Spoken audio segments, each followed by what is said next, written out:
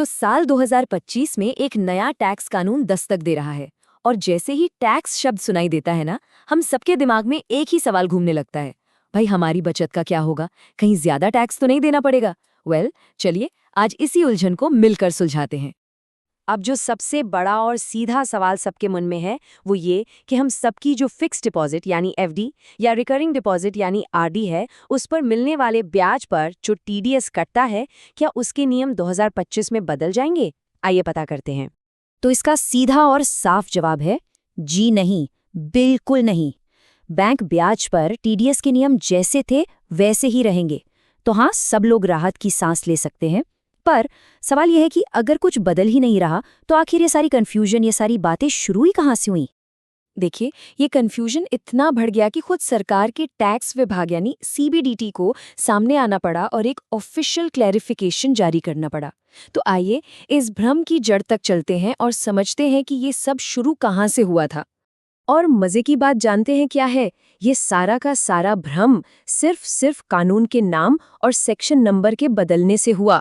देखिए, जो चीज पहले इनकम टैक्स एक्ट 1961 के तहत सेक्शन 194A में आती थी, वही अब नए 2025 के कानून में सेक्शन 393(1) के तहत आ गई है।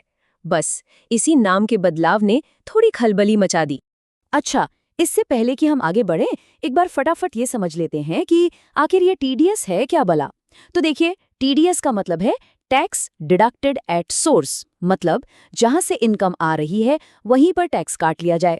बैंकों के मामले में इसका सीधा सा मतलब है कि वो आपको ब्याज का पैसा देने से पहले ही उस पर जो टैक्स बनता है वो काटकर सरकार के पास जमा करा देते हैं। सिंपल। तो अब ये तो बिल्कुल साफ हो चुका है कि कुछ भी नहीं बदल रहा, पर फिर भी वो कौन से खास नियम हैं जो जस के तस बने हुए हैं? वो कौन सी बातें हैं जो अपरिवर्तित हैं? चलिए अब जरा इस पर गौर करते हैं। सबसे बड़ी राहत की बात यही है कि हम जैसे जमाकर्ताओं के लिए कुछ भी नहीं बदला है। चाहे आपकी फिक्स डिपॉजिट हो यानी एफडी या फिर रिकरिंग डिपॉजिट यानी आरडी, किसी भी तरह के ब्याज पर वही पुराने नियम लागू होंगे। और हाँ, हमारे जो वरिष्ठ नागरिक हैं उन्हें मिलने वाली विशेष छूट भी पूरी तरह से सुरक्षित है। ये नंबर जरा ध्यान से देख लीजिए, 50,000 रुपए।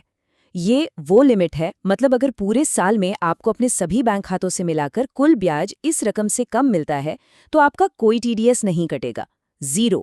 ये नियम पहले भी था और अब भी है। और हमारे वरिष्ठ नागरिकों के लिए तो ये लिमिट सीधी दोगुनी है, पूरे 1 लाख रुपए। जी हाँ, उनके लिए ये छूट 1 लाख रुपए की है। ये एक बहुत ही शानदार प्रावधान है जिसे नए कानून में भी बनाए रखा गया है ताकि उन्हें कोई परेशानी ना हो। ठीक है, तो नियम नहीं बदले, ये बात तो पक्की हो गई। पर सोचने वाली बात यह है कि सरकार को ये सफाई देने की जरूरत पड़ी ही क्यों? आखिर ये इतना जरूरी क्यों था? चलिए इसके पीछे के इम्पैक्ट को समझते हैं कि ये क्यों इतना मायने रखता है। इस पर बॉम्बे चार्टर्ड अकाउंटेंट्स सोसाइटी के जॉइंट सेक्रेटरी मृणाल मेहता ने बहुत अच्छी बात कही। उन्होंने कहा कि ये स्पष्टीकरण पुराने और नए रिजीम्स के बीच एक महत्वपूर्ण पुल है। विभाग ने संस्थानों और छोटे जमाकर्ताओं दोनों के लिए एक संभावित अनुपालन बाधा को रोका है। मतलब अगर ये क्लैरिफिकेशन नहीं आता तो शायद बैंक कंफ्यूज होकर छोटी छोटी ब्याज की रकम पर भी टीडीएस काटना शुरू कर देते, जिससे आम लोगों को बहुत दिक्कत होती।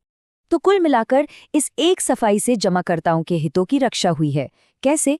पहली बात, ये बैंकों को गलती से छोटी ब्याज की रकम पर टीडीएस काटने से रोकता है।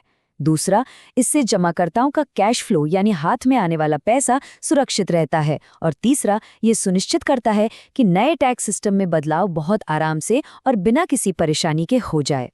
तो इस सारी बातचीत का निचोड़ क्या निकलता है? द फाइनल टेक अवे क्या है?